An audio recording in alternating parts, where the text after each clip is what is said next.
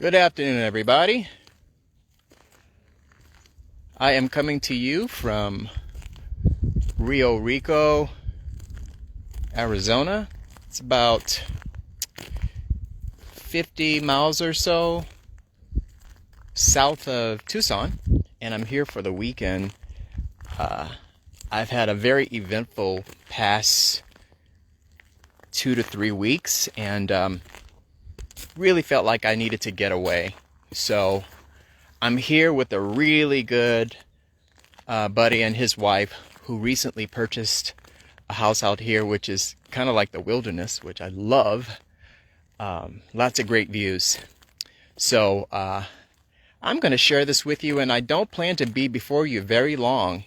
I want to really get back to reflecting on things and doing some recalibrating and reinventing, which is something we should all do on a periodic basis. So today, as usual, we're going to talk about today's number. How's it going there? Today's number is 11.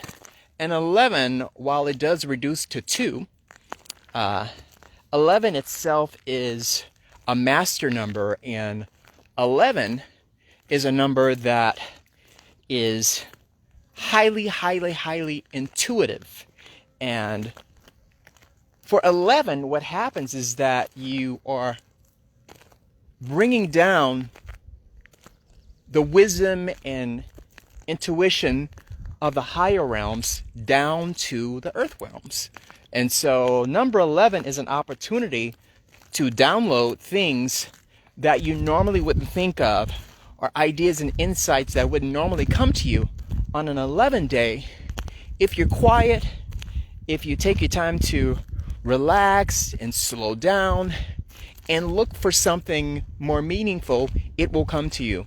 And you will have some new insight, some fresh insight into the things that you're working on right now. You'll see it in a different way, and you'll look at it in a different way, so that there are more layers to it that you have to decode, and they'll just come to you without a lot of effort. So 11 is a day of enlightenment, of a spiritual awakening, and it is a day where I recommend that you really slow down and don't try to do too much, because you'll miss it. You'll miss the enlightenment, you'll miss the intuition that is at play on a day like today. I am going to be talking to you about something I think is probably personal, a little personal, but 26 years ago today, I arrived with my family to Phoenix. We moved from New Orleans 26 years ago today. I got here bright-eyed and bushy-tailed, really excited about building a life, raising my family, and leaving a legacy. And half a life later, I am beginning again. And there is so much information and so much experience and wisdom to apply to the rest of my life. I feel very blessed to be alive. And it is just a new lease on life that I feel that I have right now. And so with that said, this day is very significant for me, especially being a number 11 day.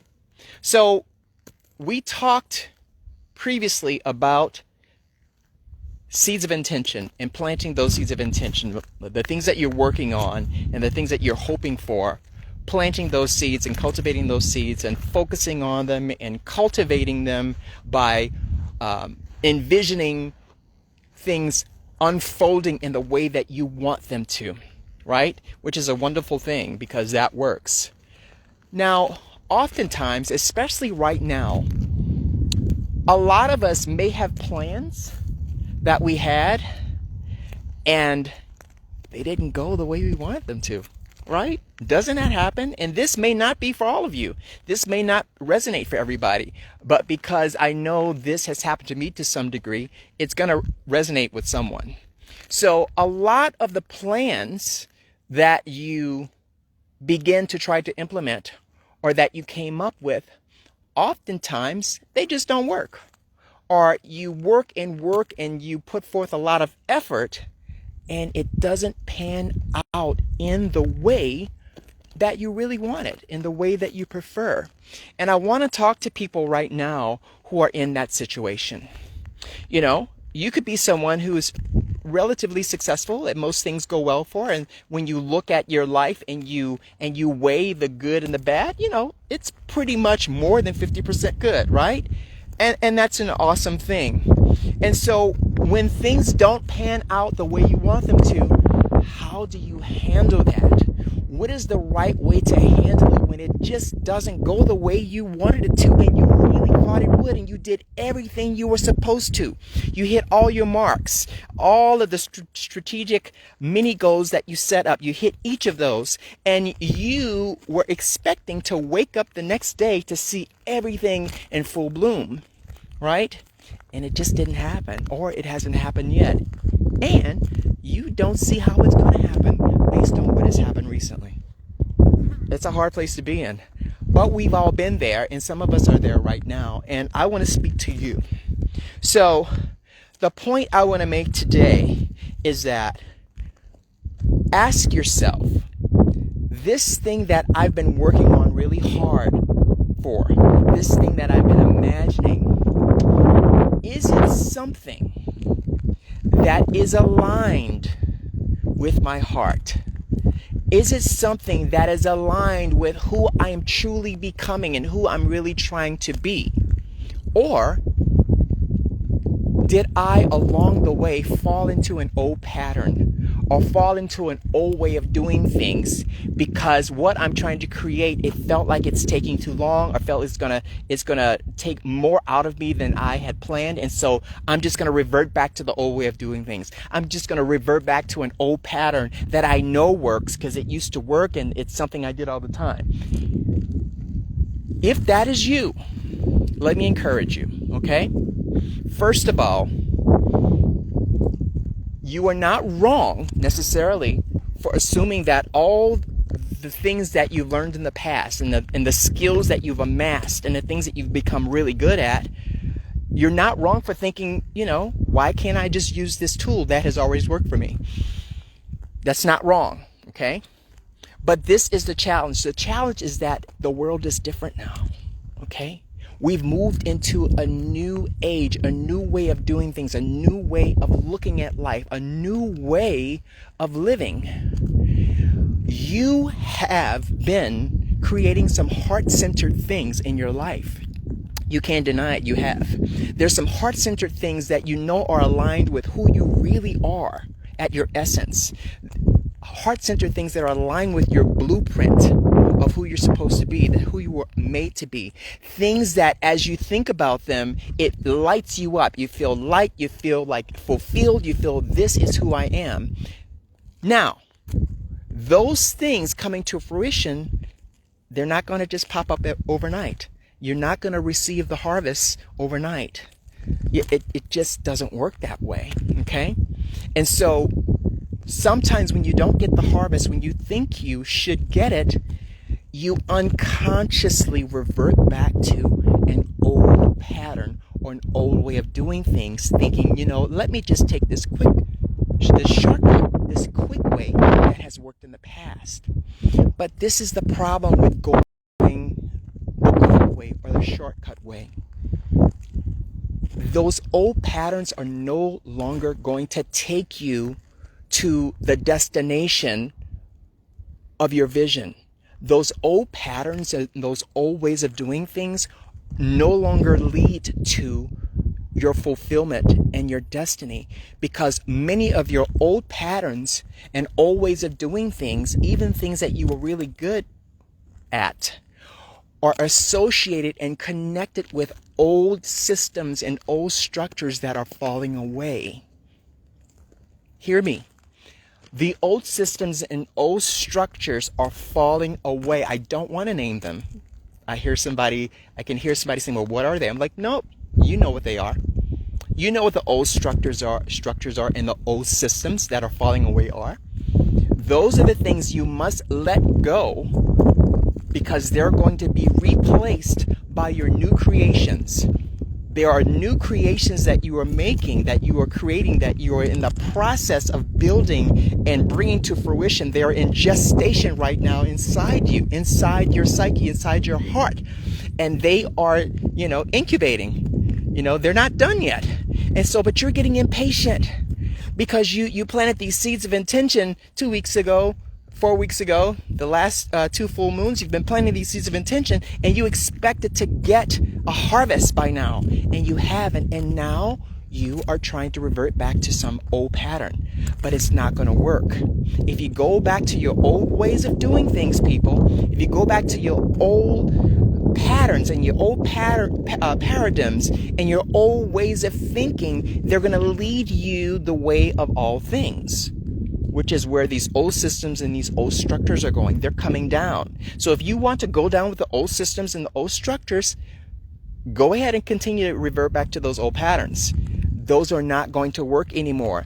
It's going to take time to build something new, to build something lasting, to build something that truly and authentically reflects who you are becoming, who you know that you can be, who you know that you were created to be. It takes time. Be patient. Surround yourself with people that support you and your new vision and that person that you know that you are becoming. Support people that welcome and accept that new person that you have become. Try not to spend so much time with the old friends and the old guard who really, really like that old person you were that you are trying to distance yourself from. It doesn't mean that you don't love your old friends. It doesn't mean that you don't have a lot of wonderful shared experiences with them. Of course you do. But you are becoming something more than you've ever been. And many people are not going to be able to be with you on the road, on the journey to the fulfillment of this new creation you are becoming. This new creation you are becoming is associated and connected to your new creations. And so your old patterns are just not going to work. Your old paradigms and your old ways of thinking are not going to work. So here are some questions for you that can help you, because what you need to be able to do is cultivate the ability to check yourself every once in a while, maybe once a week. Ask yourself, is this effort that I'm putting forth, is this hard work that I'm putting forth and engaging in, is this about something that is going to be fulfilling? When I think about the product, or when I think about what it is that I'm working on and I see it, the vision of it, when it's all done, does it make me feel fulfilled? Do I feel free? Do I feel light? Do I want to smile? Does it make me tingle? Do I get giddy? Am I feeling like, wow, this is amazing. I'm so happy I spent time to do this, and I'm so glad that I persevered and didn't give up. Does it feel like you're really living? Or when you think about all the hard work, what you're doing, that you're doing right now, does it feel heavy? Does it feel like pressure? Does it feel like a whole lot of responsibility? Does it feel like, when is this going to end? I'm tired. If it gives you a heaviness, if it feels like pressure, if you feel like it's futile, that you don't know when it's going to happen, it feels like this is not right, then it's not right. Because the new creations are not about efforting. It's really not about working so hard till you drop, so that at the end of the day you don't have anything left. The new creations are really not about that. And those people that find themselves efforting, working hard, they are still using the old system. They are still being governed by the old systems and old structures that require you to give up all of your life essence and all your blood, sweat, and tears in exchange for something. The new way, that is not how it goes. The new way is about understanding who you are at your core, understanding what makes you tick, understanding what makes you feel fulfilled and happy, and doing things that will continue to feed that feeling of self-esteem, well-being, fulfillment, happiness. The things that you engage in your life should be aligned with who you are at your center, who you are when you're in your element. Think about the things that you love doing. Think about the people that when you're around them, you don't feel like you're being sucked like a vampire. Like they're vampire people just sucking the blood out of you, sucking the energy out of you. Think about who you love being around, where you love to be, and what you like to do, and how that feels. That is a feeling, or something similar to that, is what you should experience when you think about your life, your ultimate life, and how it should unfold, and how you should be living, and the vision of you at your most happy, your most liberated. That is the feeling you should get.